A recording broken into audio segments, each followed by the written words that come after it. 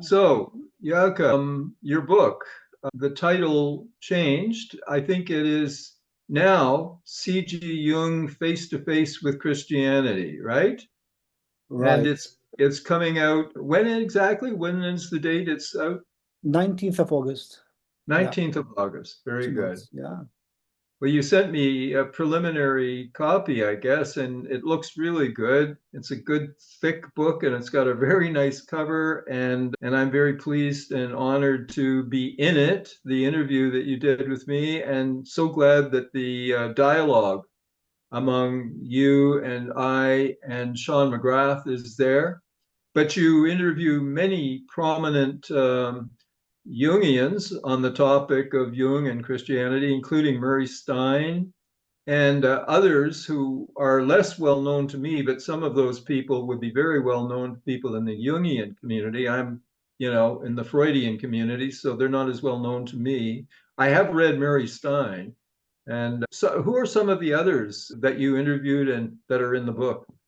Yeah, I mean, first of all, I think it's my book, but it's also our book because they are conversations, and it's conversations I had through the podcast Psychology on the Cross in the last Right. years. So it's really a collaborative work, and what I've done is sort of edit it, put it together, and also write. I've written, I think, a substantial introduction to the theme of Jung and Christianity. And also I've written an epilogue where I sort of give myself a little bit more voice, or like I can voice my own thoughts and thinking around Jung and Christianity. So it's Yes. really a collaborative process, and this Chiron Publications in the US was interested in this. So yeah, I'm happy that it's put together with the title kind of just first, because the first name was C.G. Jung Wrestling with Christianity. Wrestling. Yeah. Wrestling, and then I changed it to Face with Christianity, and that's connecting to, I mean, first of all, Jung's encounter with, or his dialogue with Christianity is really face to face. So it's quite intense, and it's throughout his whole life. It's not something he struggled with when he was 30 or 40. It's something he struggled with until he died, I dare say. Yes. How to sort of live the Christian myth, as he called it, or how to believe in his time. And in the late early 50s, he did an interview with John Freeman on the BBC, the British channel, and that interview series was called Face to Face. And he was then asked this question: "Okay, do you believe in God?" Mhm. And Jung answered, silent for a few seconds, and then, "Difficult question. I don't believe. I know." And Right. of course, a lot of critique. So they're sort of playing with that interview as well for those nerds like myself who are really into, Jungian stuff. So that's, but besides, yourself, we have, as you mentioned already, Sean McGrath, which I think has a very important voice, and he should be sort of heard more. We have Yes. Kenneth Kovac, which is a pastor in the Reformed Church, but in the US. We have Pia Chaudhary, who's an analyst, but also an Orthodox Christian. We have Paul Bishop, which is I think one of the greatest scholars from the Jungian field, who spent, 40 years or so really in an academic way working with Jung's ideas, written about Jung Right. and Nietzsche and whatnot. So there's quite a few interesting people. You're the only one from the psychoanalytic, the Freudian field. So I was, yeah. Right. So that's also been a voice that's really important, because I think my wish is also to sort of try to weave some, ties between these fields. There is something happening. I have a colleague here, Stephen Fowler, who has written a book. He's raised in an evangelical Christian family, became an emergency room physician. Then he trained in our psychotherapy program, and then he came for the full analytic training, and I supervised a number of his cases. But he finally brought out a book about Christianity and psychoanalysis. He's teaching an extension course in our extension program, something like a 5-week course that people are signing up for. So this is all within our Toronto Freudian community. He's also very interested in Laplanche. I'm not sure of what the connection is between Christianity or his use of Laplanche in relation to Christianity. I don't quite know how he's doing that. But Mm. in any case, I'm just saying there is interest even among the Freudians. Increasingly, I think, I was invited to prepare to give a paper to the Western New England Psychoanalytic Society. I didn't realize that that's basically Yale University. They're the Psychoanalytic Society right next to Yale. So I'm either going there or I'm doing it online, but they asked me to speak, and they are an Orthodox Freudian training institute. They asked me to speak on psychoanalysis and spirituality. I was happy to say yes. So That there is is interesting. interest, Yeah. even among Freudians, you know? Yeah. Yeah, I mean that's very hopeful. I mean, in the Jungian field, as I mentioned to you before we started to record, I mean, in the Jungian field, to speak about religion or to speak about Christianity, there's no taboo around that. I mean, that's like all in Jung's writing. So it's very, I guess people who seek the spiritual often sort of, yeah, choose Jung before Freud, probably. Of course. Having said that, I must say that, when it comes to Christianity, there's a lot of, yeah, I think it's a kind of a minefield. It's quite difficult. Many people have had bad experiences, or they've seen, the sort of public, persona of, the church and all the scandals and such. So I think also within the Jungian field, like Christianity and Jung, it hasn't been very like a hot topic, but I think it's warming up again. Of course, we have people like Murray Stein who spent his last 50 years, 60 years writing about it. But Yes.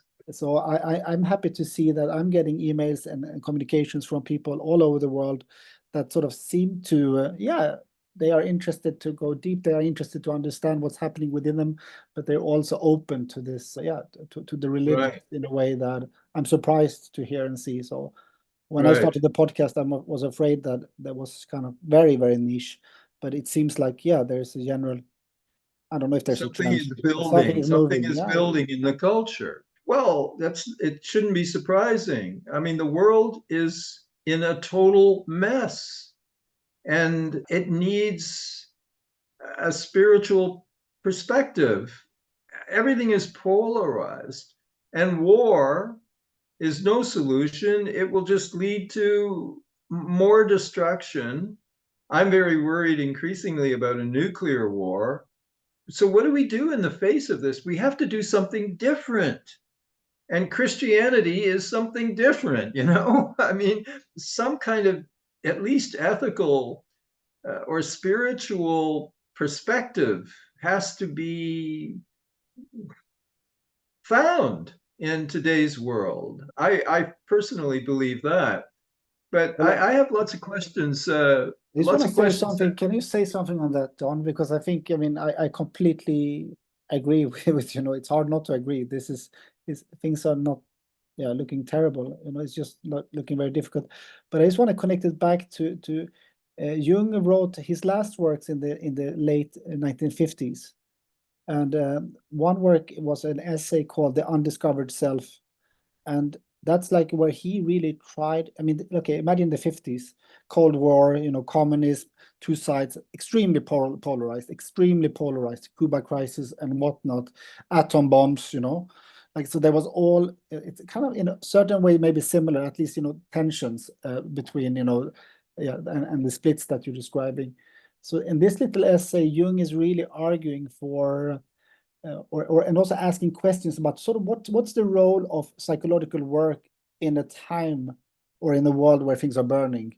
Like what's the role of this work that we're doing with our patients and on our, through our own processes. Yes. And he speaks about, in order to not fall into the split, or in order to resist what he says, the organized mass, you need to sort of anchor yourself, he says, you need to anchor yourself in God. Or like sort of anchoring yourself in God is actually, a perspective of wholeness. It's a perspective that goes deeper than the split. Yes. And he speaks, of course, also a lot about projection and all of that, why we're splitting and such. But just to say, I think in that book, and I think it's really important, in the last works of Jung, it's not only that, he's really putting his attention to the world and the Yes. role of what he calls individuation in this world. And I think, I think that we are sort of at a similar stage now. Well, certainly, I will not call myself a Kleinian, but I suppose I used to call myself a Kleinian Freudian, a Freudian who followed Klein's extensions of Freud. And of course, the paranoid schizoid and the depressive reparative positions, these two mental worlds. But splitting. I would entirely agree with Jung's statements about the polarization, the splitting. It needs to be overcome. That is the move into the depressive reparative position. And I believe that working with individuals, if we can move a patient from living predominantly in the paranoid schizoid position to helping them evolve into the depressive reparative position, that, in my view, is a slow conversion. It's not like Saul's conversion into Paul on the road to Tarsus. It's not a quick conversion, a dramatic conversion, but it is still a conversion because you now have a different human being who has evolved in this way.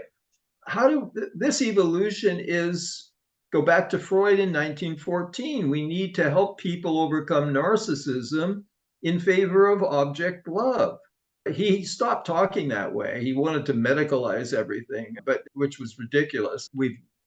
Freudian analysts have been lying for decades about the fact that we are engaged in an ethical practice, but we want to hide that and pretend it's a medical practice, which it isn't. But so the central problem, it seems to me, we can talk about it as the overcoming of splitting. That's one, and I'm with Jung on that. But we can also talk about it as the overcoming of narcissism. And now no one overcomes narcissism to any tremendous degree.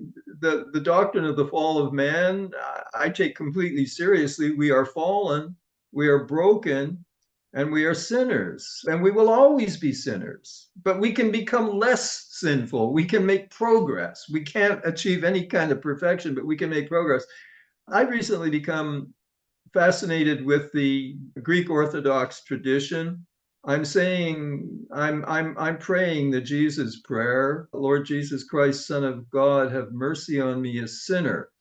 I particularly find the reminder that I am a sinner. Narcissists find it very hard. The last thing a narcissist wants to face is his guilt. As you know, my work has been all about guilt, superego, and conscience. But I personally have a daily struggle with my narcissism. I'm a lot better than I was 30 or 40 years ago when it was really bad. It was really bad. I shudder when I think about it. It is very difficult to fight one's way out of being captured by one's self-centered interests. It's not easy to think about the other, to think about the needs of the other, to think about the feelings of the other. I have a very hard time remembering the birthday of people who are close to me so that I can send them a birthday message. I'm constantly engaged in some kind of project of mine that, no, these are good projects, but there's an element of exhibitionism, of self worship involved in pursuing these projects. So yeah, the overcoming of narcissism, and frankly, it seems to me that that's what spiritual practice is all about. I mean, we kneel down, we say thanks be to God, thanks. It's very hard for a narcissist to say thanks. Gratitude does not come easily. Oh, I'll tell you a brief vignette. A patient of mine, very narcissistic man, not easily given to gratitude. A couple of weeks ago on a Friday night, he sent me a text through WhatsApp, and I don't have notifications on for that. So I didn't realize he had sent me a text until I noticed it just as I was about to speak to him on Monday. And anyway, he was in an ambulance, being rushed to hospital. He was having a heart attack, a serious heart attack. He'd already said goodbye to his wife because he thought he was not going to survive. He said goodbye to his wife. And in the ambulance, he's texting me because he didn't want to die without saying how grateful he was for our work together over the past few years. Now, that's amazing in itself that he would feel that and need to communicate it to me. And the heart attack has intensified his change. Mm. I just did this thing about the book by Ernest Becker. I'm very critical of Ernest Becker. It's all about denying death, but I say, well, Heidegger recognized that a brush with death can have very positive consequences. It can awaken a person to the value of life. And this heart attack has awakened my patient. And he's got gratitude towards me. He's looking at his long suffering wife and having gratitude towards her. And so I don't know, that's how I think I measure my work with individuals is, am I helping them overcome their self encapsulation? Mm. And I think the same applies to society. All of this polarization is because of narcissism. We have to help people get their minds off themselves. Mm. Find some humility. Find find some way to make sacrifice. I I mean, wonder in if some this people, material, yeah. I just yeah, want to say, I wonder if some people would be surprised that, you and me are sort of in our different ways preaching this, because I mean, I absolutely agree with what you say, but we are both working as psychoanalysts, and many people would say that that's the most sort of, I mean, the patients are coming in and spending all their time thinking about themselves, their feelings, their inner life. I could just imagine some people sort of wondering, yeah, but isn't that just sort of feeding, that culture of narcissism that, that it's also been criticized for? What would you say to those people? I would say that if you're self obsessed, sometimes it is necessary to take the self obsession in a psychoanalytic direction in order to overcome it.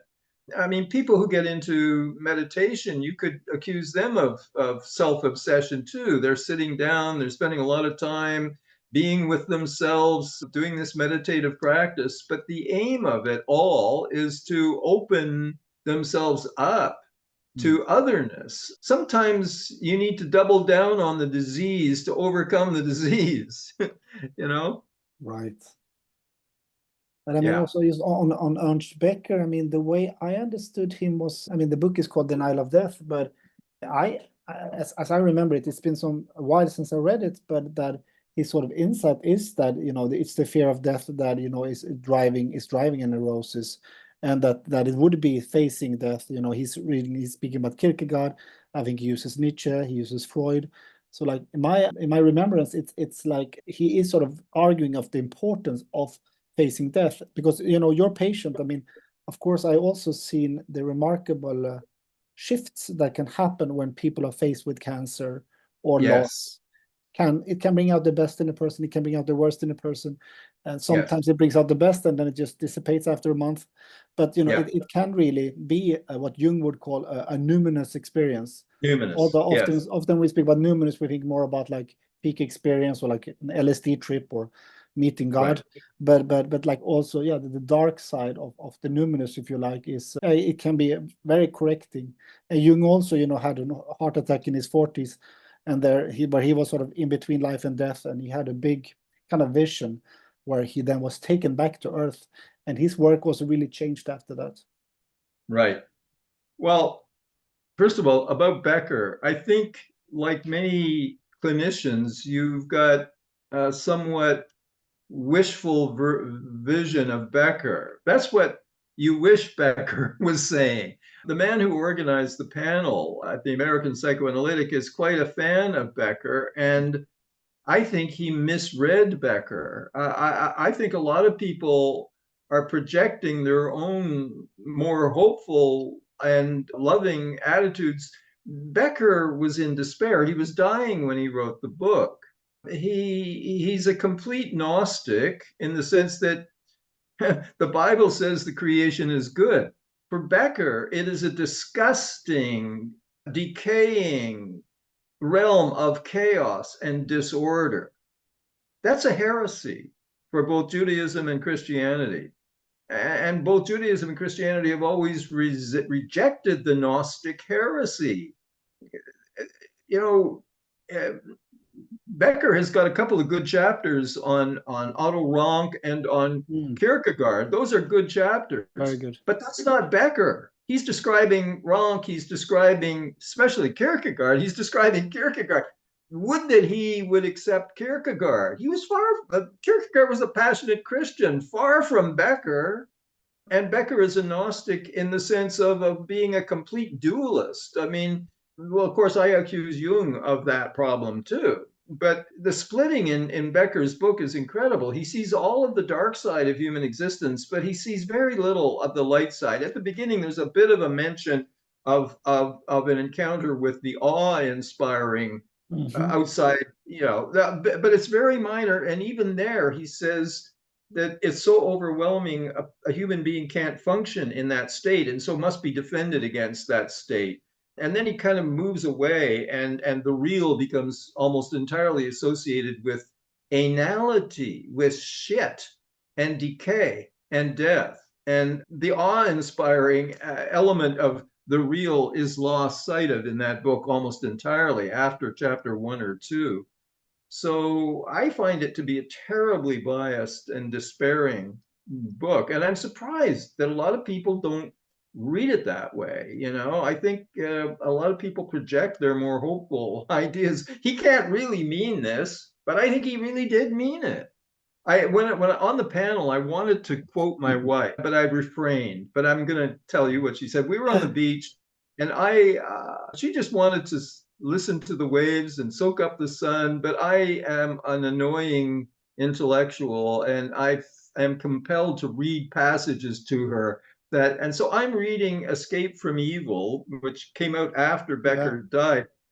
And he opens the book by asking the reader to imagine the fields full of pigs and the fields full of chickens and cows. And imagine how many of these creatures you personally have consumed up to this point in your life.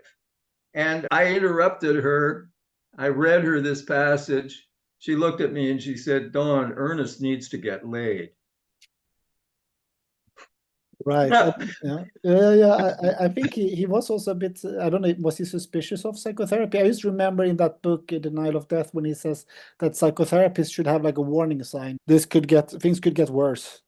Something in that vein. And I think there's also certain truth to that it's not always lifting as all the repressions. It can, bring okay, but you're making it sound as if he thought that things could go wrong in psychotherapy and it could be worse. No, he goes much further than that. He thinks that the whole therapeutic project of psychoanalysis is futile, because the aim of psychoanalysis is to analyze defenses and get rid of illusions.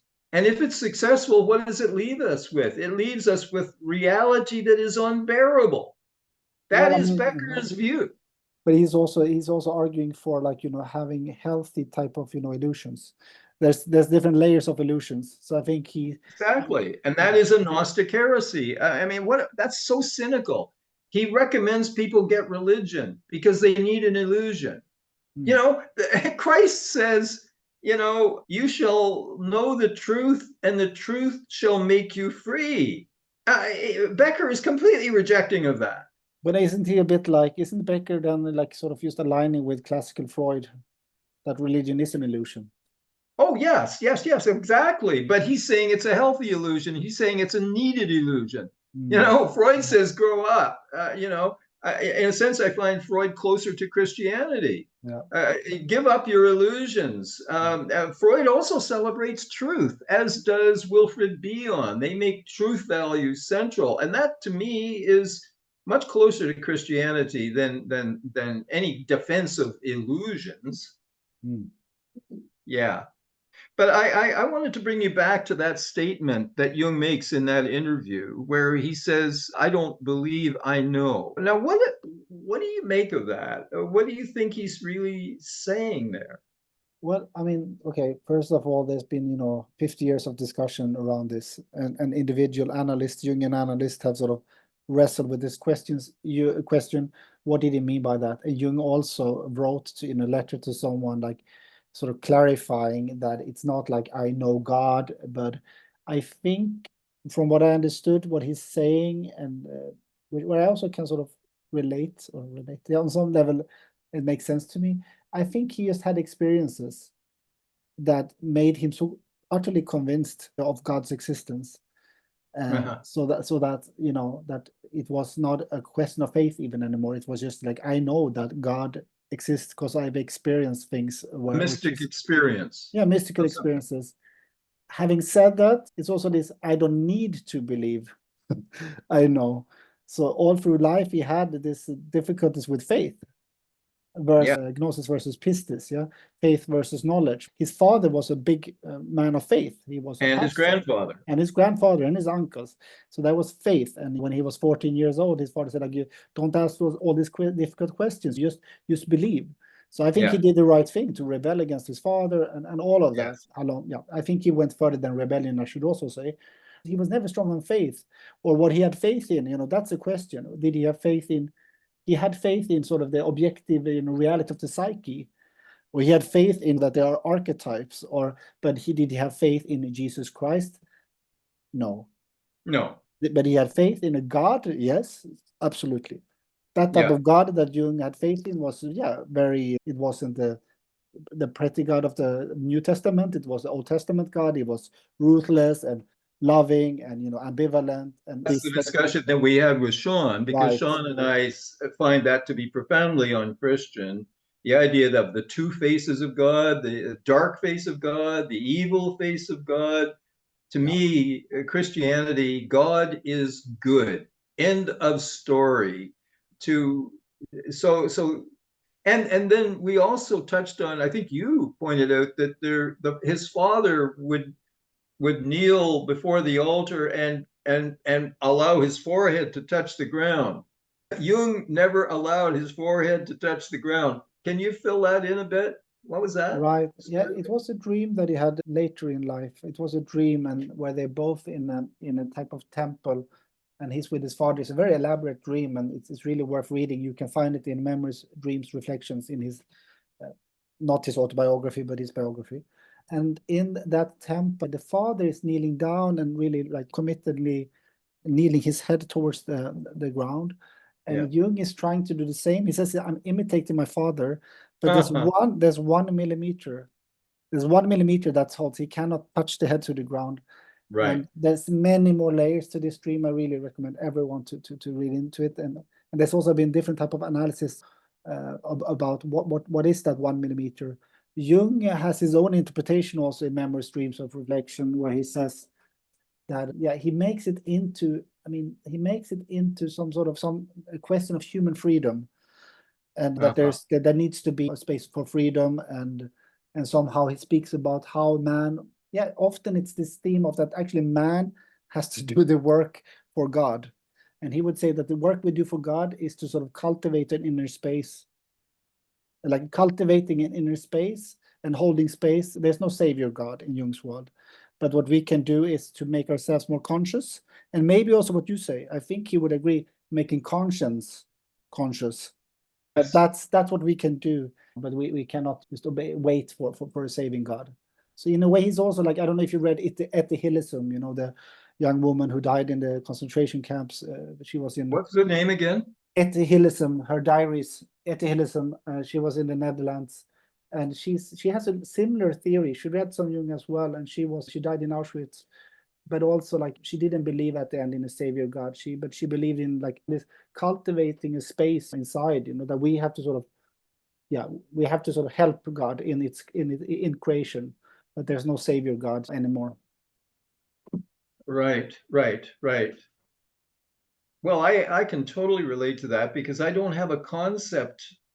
I don't think. I have always thought that the real problem in monotheism is the problem of theodicy. How can God be all good, all knowing, and all powerful, and how can he then allow the suffering of the innocents? So my solution is to give up on the idea of an omnipotent God. I do not believe in an omnipotent God.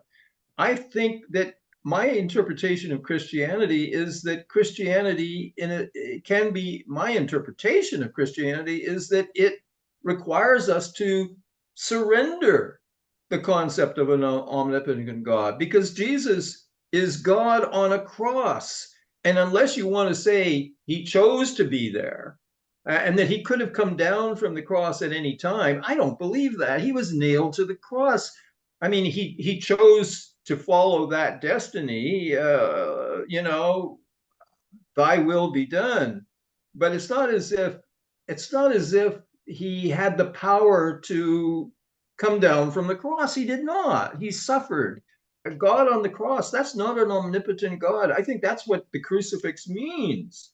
God is not omnipotent. And so forget looking for savior gods. If there's any salvation, well, wait a minute. I was going to say, if there's any salvation, it's going to come from what we humans manage to do, I was going to say, but I don't quite believe that either. I mean, there is a sense in which there is a salvation, and the salvation, I think, comes partly through recognition that there is no omnipotent God, there is no omnipotent human being, there is no omnipotent ideology, which is perfectly correct. There is lack of omnipotence everywhere. But can I ask you, can I just ask on this, because I mean, this resonates with me, but how are you then personally thinking about a final judgment of sort? Do you believe in that? No, I don't believe in a final judgment. I believe in a constant judgment. As I live my life, I am judging. I'm feeling, because we are social beings, I'm feeling judged. I'm living with judgment. I don't think there's any final judgment. I'm trying to prepare myself as best I can to be as good as I can be, not out of fear of being punished. I don't believe in any. Oh, I was going to say I don't believe in any afterlife, and I don't even think I can say that because, well, okay. So recently, I'm acknowledging and I'm attributing it to Freud. Freud, we are bringing them the plague. What's the plague? That we are contradictory beings, conscious, unconscious, paranoid, schizoid, depressive. We are split. Okay, Freud discovered this, but he couldn't accept it. He could never acknowledge his interest in Kabbalah and numerology. That was all woo-woo, mystical. He'd attribute it to Jung and then got rid of Jung, Freud could not accept his contradictoriness. I have come to accept my contradictoriness. I mean, half of me is a rational, scientifically oriented person, and I don't like magical thinking. But on the level of feeling, and this is the split brain research. There's the left hemisphere and there's the right hemisphere. And Ian McGilchrist says we live in a pathological civilization with a terrible bias towards the left hemisphere. Poetry and faith comes from the right hemisphere. That's also where love comes from. So on the level of feeling, I think when I die, I'm going into the arms of Jesus. I feel that. I don't believe it for a minute. I don't believe it, but I feel it to be true. In other words, there is a direct contradiction between my thinking and my feeling. And I think that's also completely compatible with Freud's theory that we are split beings. That's what it means to say that there's a decentered ego, right? There's no unitary self. So half of me is a believing Christian. My Savior knows my name is a favorite line from an evangelical Christian song that I love. My Savior knows my name. I feel that to be true. I feel that I'm pleasing him when I'm doing well, and I'm displeasing him when I'm doing poorly, when I'm being old Adam, my narcissistic, self-centered self. So I feel this.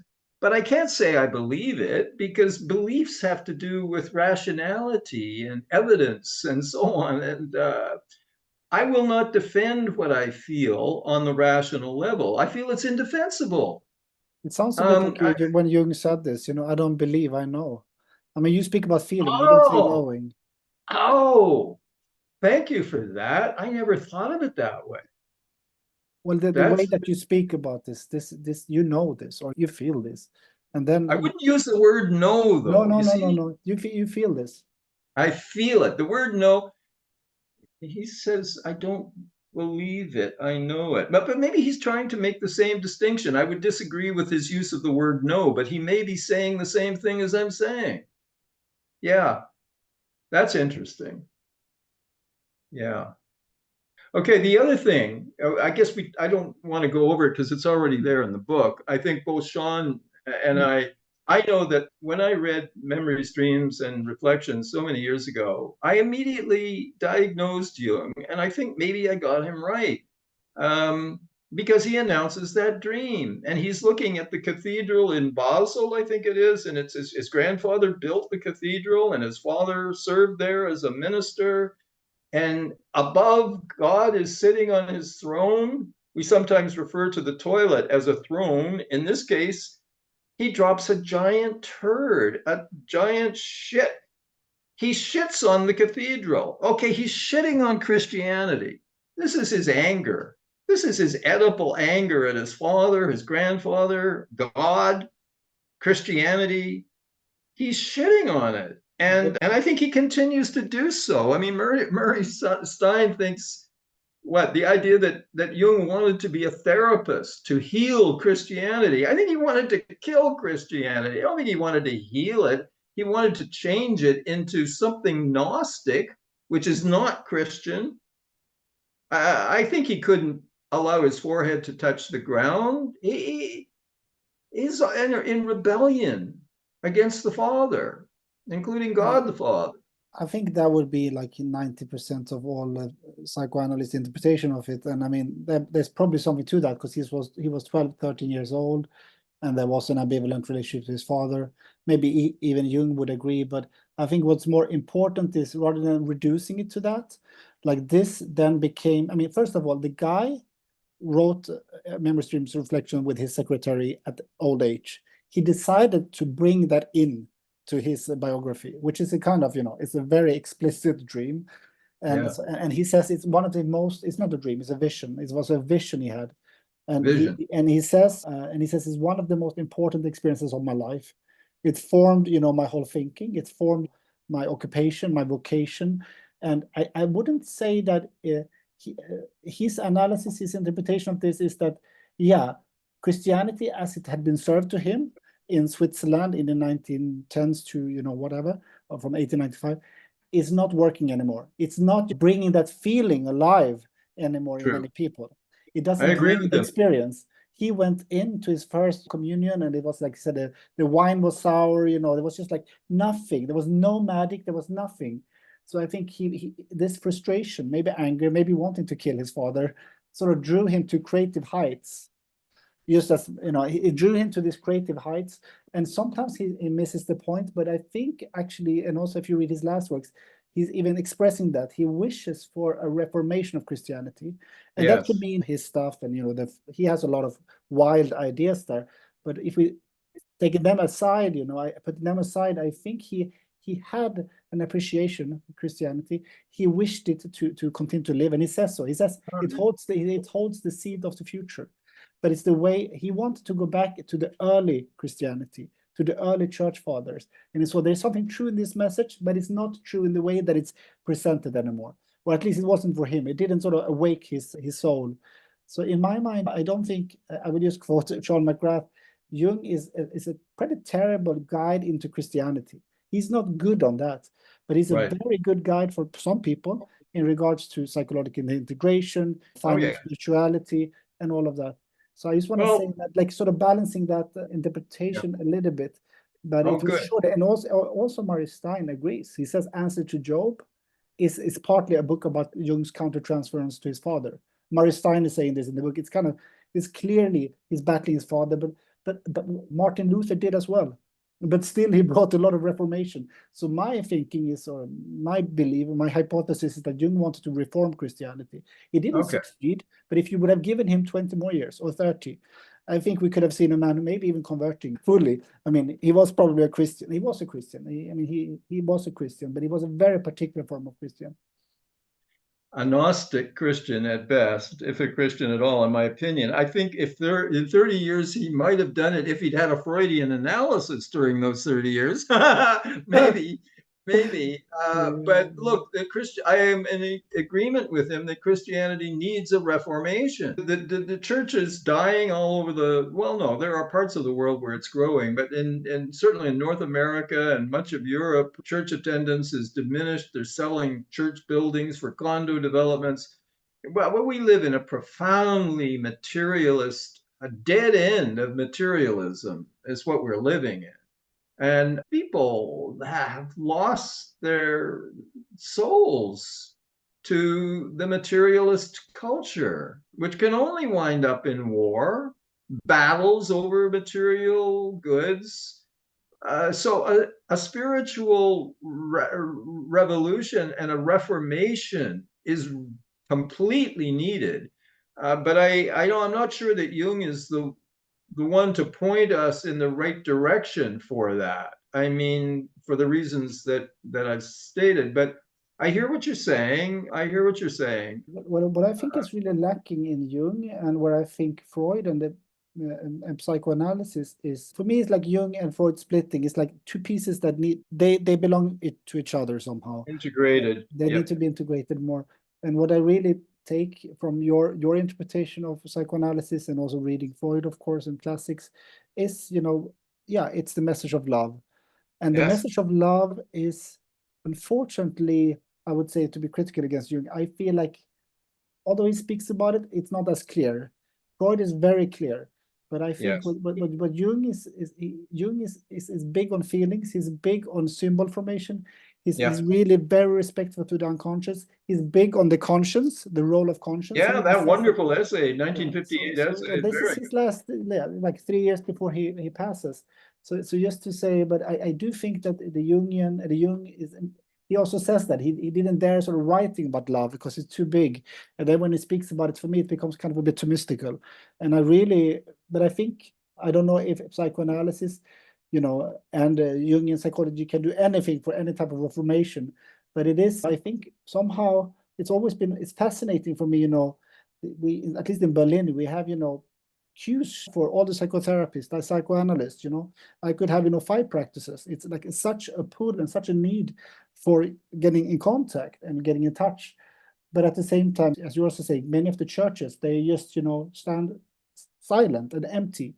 And my fantasy or wish is that just having more dialogue between the two fields. Well, psychoanalytic organizations are as bad as the church. They become organizations. Human organizations stop caring about the truth. They care about the survival of the organization.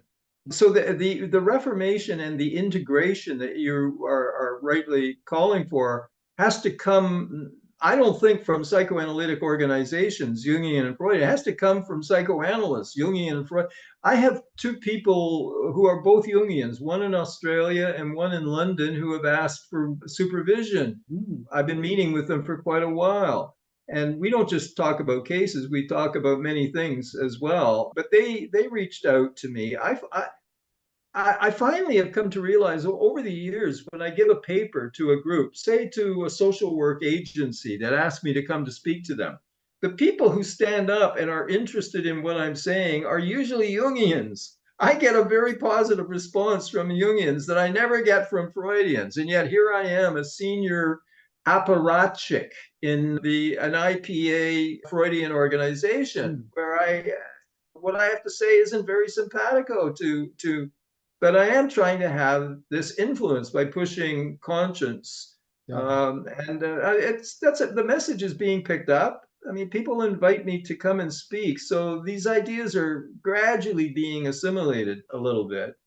But Freud was so divided. I mean, in 1914 he saw the answer. The problem is narcissism. The answer is love. Okay.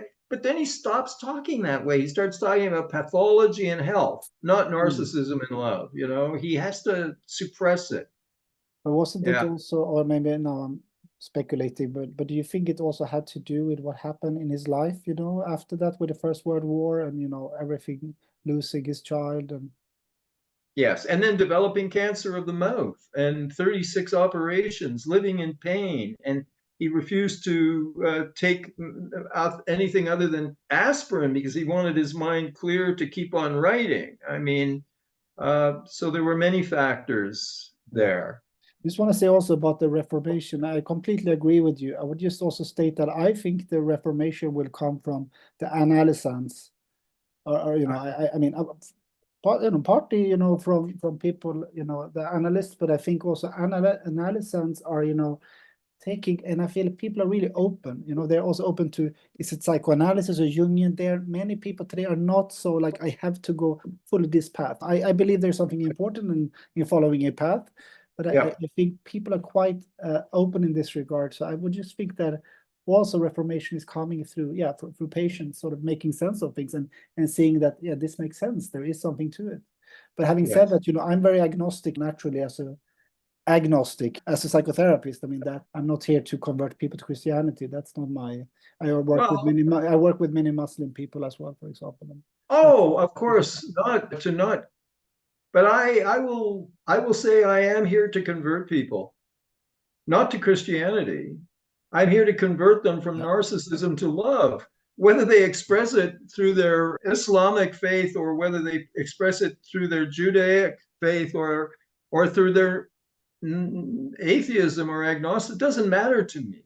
It just matters that they succeed through analysis in becoming more loving people.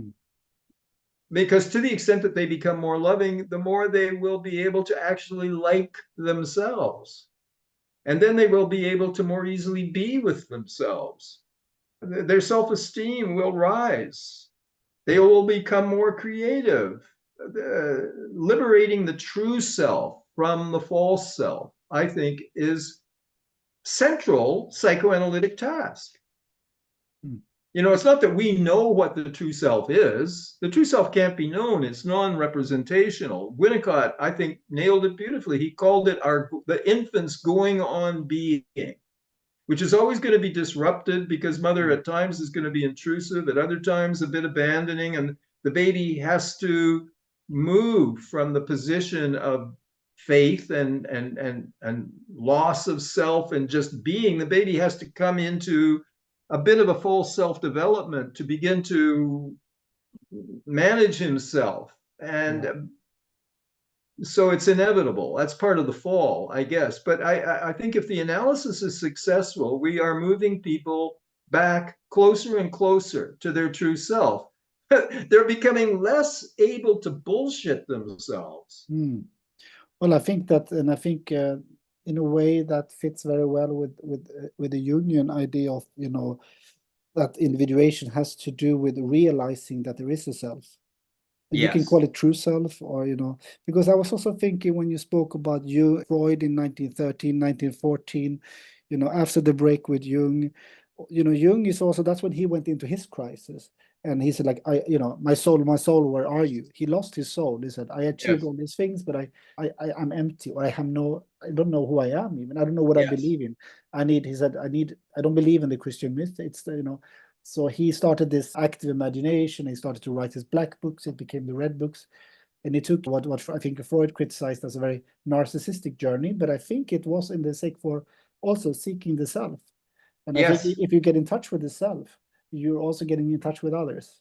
Well, people have said that at times Jung was psychotic, and maybe they're trying to devalue him. But the point is, sometimes people need to be psychotic. Sometimes people need to have a break, and they need to go crazy for a while in order to begin possibly to find their soul. I'm not recommending psychosis. I mean, because sometimes they get stuck. It's the same thing. Everybody's getting interested in hallucinogenic to psychotherapy. I'm very wary about that because someone can get lost in a psychedelic experience, or someone who's close to a psychotic break can go into the break, and then the guides to the trip are going to send them off to psychiatry to put them back together again. I'm very wary of that. But it is true that sometimes a psychosis can lead to a reintegration on a higher level, and maybe something like that happened. That's one way of understanding, I think, what happened to Jung. But I really, thanks to you, I got very impressed by the essay, A Psychological View of Conscience. But I read Murray Stein, I read a number of other works on Jungianism, And the concept of the individuation process makes absolute sense to me. Mm-hmm. To me, that I like the idea that the self, what Jung calls the self, I identify with the true self. It is calling to us. It's like a magnet. It's trying to bring the ego closer to the point where the ego is almost disintegrated into the self. The self is like God calling, and the ego is like responding to the call, and finally being integrated with the self.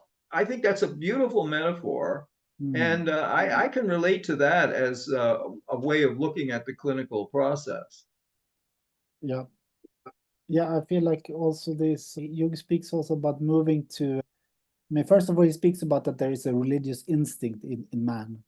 I mean, you should maybe read, if you haven't read his Terry lectures that he did in the US in the 1930s, Religion and Psychology. That's fascinating, fascinating I've lectures. read all these books. I've Yeah, read all of these books, but that's decades ago. yeah, Yeah. yeah, yeah, yeah, exactly. But just to speak about like, yeah, because he speaks also about individuation. The role of individuation is sort of developing his as a religious attitude, and that Yes. means more to become a follower of self or of love or what the word that you use, but not Yep. to be the person who's And the second half yeah, of life. I mean, the right. first half of life, we're building our careers, our marriages, whatever, and then well, we don't put on saffron robes and take a wooden bowl, but the goal changes into that of finding one's soul.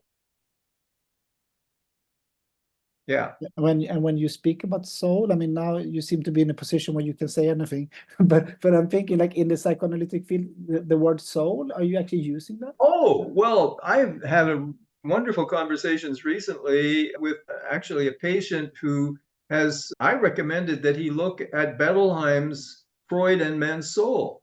And Bettelheim, it's all about translation. He blames it all on James Strachey.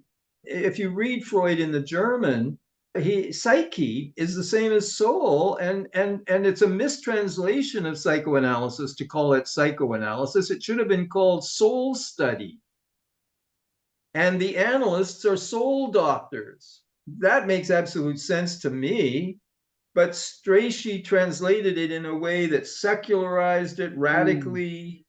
So Bettelheim's book is important.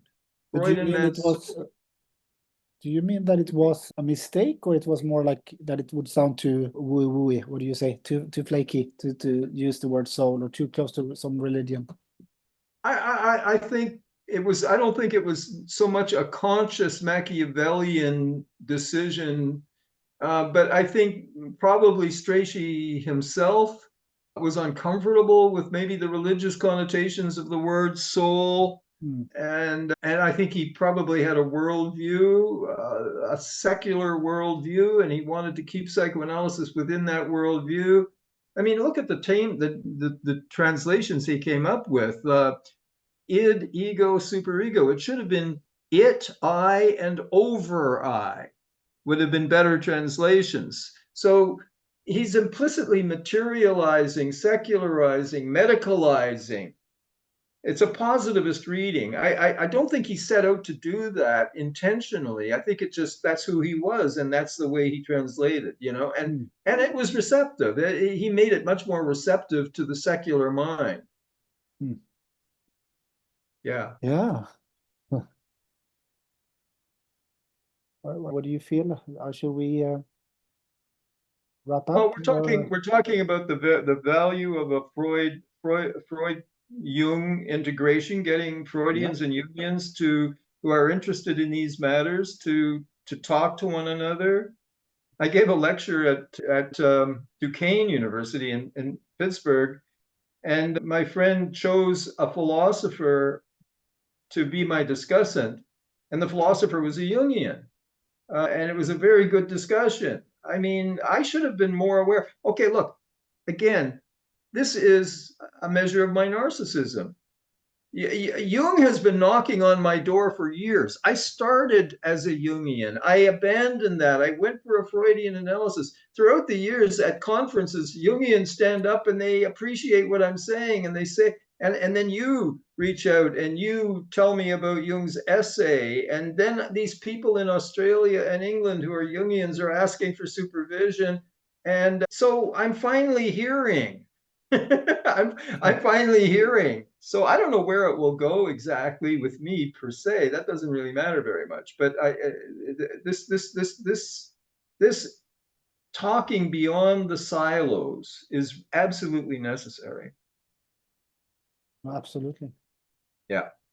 Well, I hope the book reaches a wide audience. And I hope you get a lot of questions, a lot of feedback. Maybe you will dialogue with other readers, just as you're dialoguing with me. Maybe you will. Yeah. Yeah, the book probably should be seen as starting something. I hope it widens and deepens. Yeah, I mean, I like that thought about dialoguing more with readers, because if I believe that reformation would take place from people who go into From people. analysis, then I should speak to them and give them a stage or a voice and listen to them. So Yes. I think that you planted a seed. Good. Very good. Okay, Jakob, good luck with it. I hope it goes well. Yeah, and good luck with all of your life. It's fantastic to have this conversation for me. Great. I enjoyed it immensely. I don't know whether I'll have another book in me. I've been writing papers. I think I have enough papers to collect now. So there might be a fourth book. Who knows? You know? Yeah. We'll see. I'm very curious. I could imagine that happen. So then, yeah, great talking to you. Great talking to you too. Take care.